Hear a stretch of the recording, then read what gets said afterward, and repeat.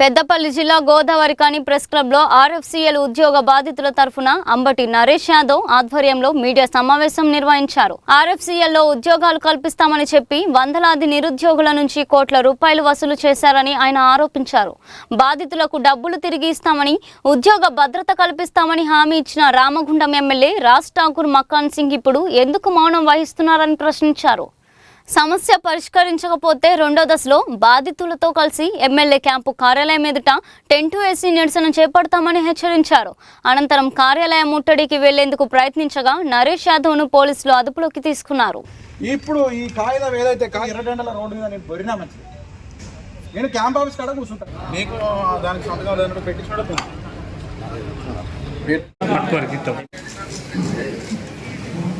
Press క్లబ్లో ఉన్నా నేను మళ్ళీ చూసుకుంటలేదు పెట్టకపోతే నేను తీసి ఆయన అడుగుతుంది కానీ కుమార్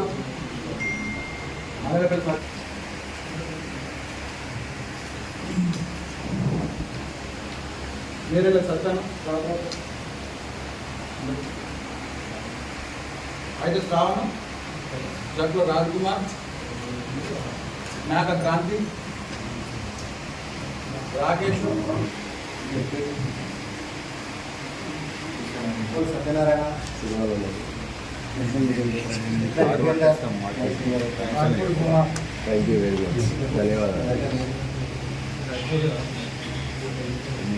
ముచ్చట ఆడ భూమి కనబడుతుంది 10 ఎకరాల భూమి.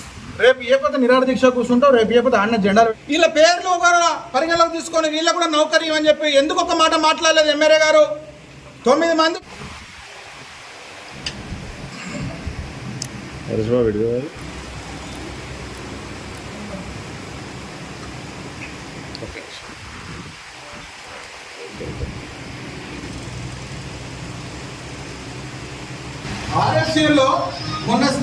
ఆర్ఎఫ్సిఎల్ బాధితులకు న్యాయం వెంటనే జరగాలి.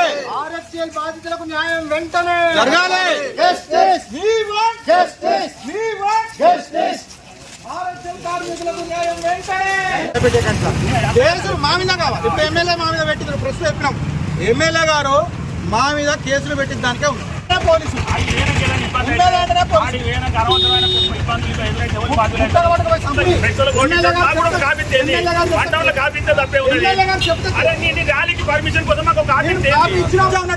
మీరు కేసులు పెట్టు కాదు, గుట్ట పట్టుకుపోయి సంపండి.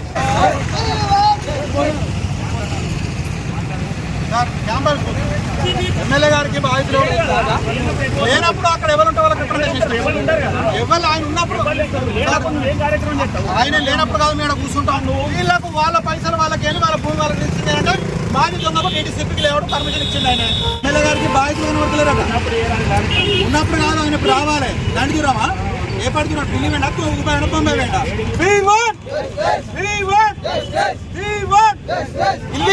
ఎమ్మెల్యే వేసే పనులన్నీ లీగలే, మాజీ ఎమ్మెల్యే గారు వేసే పనులన్నీ లీగలే. ఎమ్మెల్యే ఎమ్మెల్యే ఎమ్మెల్యే ఎమ్మెల్యే శాంతి కాదు సార్, శాంతి కాదు సార్.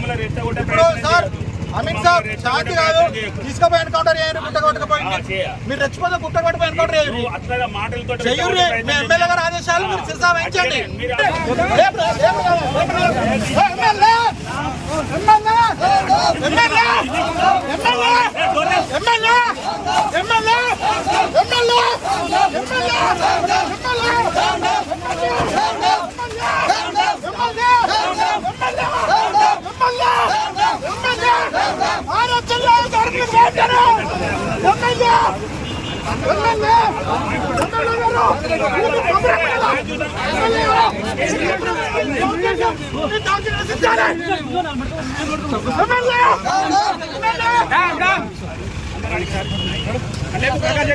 ఎమ్మెల్యే గారు మీ పోలీసులు పెట్టించి క్యాంప్ ఆఫీస్ బరబరిని క్యాంప్ ఆఫీస్ కూర్చుంటే ఎమ్మెల్యే గారు కానీ ఊరుకునేది లేదు. రేపు ప్రభుత్వం వచ్చిన తర్వాత దీని మీద సమగ్ర విచారణ జరిపిస్తాం.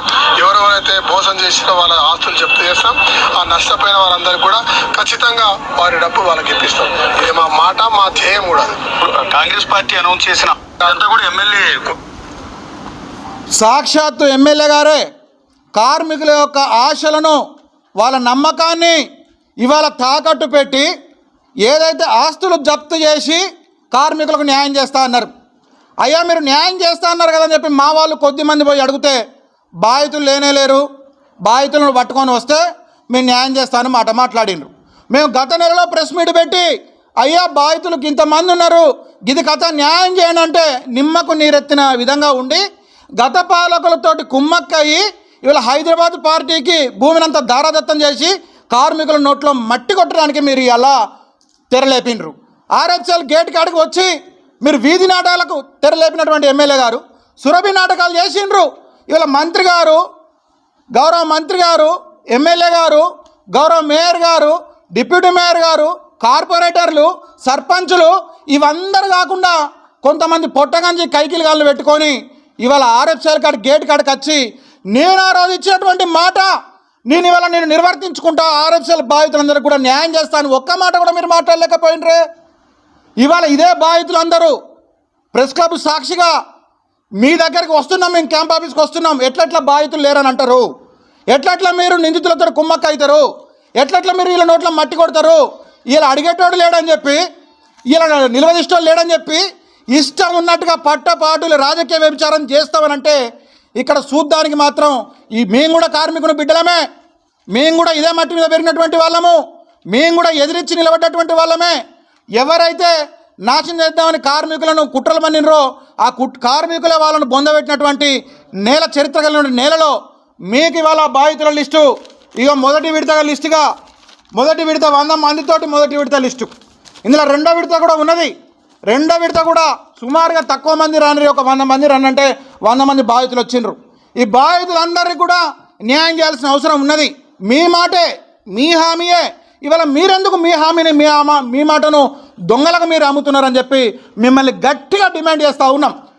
మీ ప్రెస్ మీడియా సాక్షిగా మీ అందరూ కూడా రిక్వెస్ట్ చేస్తూ ఈ లిస్టును బహిర్గతం చేస్తూ ఇదే లిస్టు పట్టుకొని ఇప్పుడు ఎమ్మెల్యే గారు క్యాంప్ ఆఫీస్కి పోతున్నాం. ఎమ్మెల్యే గారు వచ్చి న్యాయం చేసే వరకు ఎమ్మెల్యే గారు మీ అందరికీ కూడా ఆ DTCP లేఅవుట్ రద్దు చేయించి కార్మిక బాధితులందరికీ కూడా ఆ భూమిలో భాగస్వామ్యం ఇచ్చి పట్టా రిజిస్ట్రేషన్ చేయించి, లేదు రిజిస్ట్రేషన్ ఇట్లా చేయించామంటే పెరిగినటువంటి రేటు ప్రకారంగా ప్రతి ఒక్క బాధిత కార్మికునికి డబ్బులు ఇస్తామని మీ నోటి నుంచి చెప్పే వరకు కూడా మేము ఆ క్యాంప్ ఆఫీస్ ముందటనే నిరాహార దీక్ష కూర్చుంటామని చెప్పి మీడియా ముఖంగా తెలియజేస్తూ ఆర్ఎఫ్సిఎల్ బాధితులందరూ కూడా రెండో విడత బాధితులు కూడా టెంట్ వేసుకొని కూర్చున్నప్పుడు అందరూ వచ్చి విజయవంతం చేయాలని కోరుకుంటా ఉన్నాం.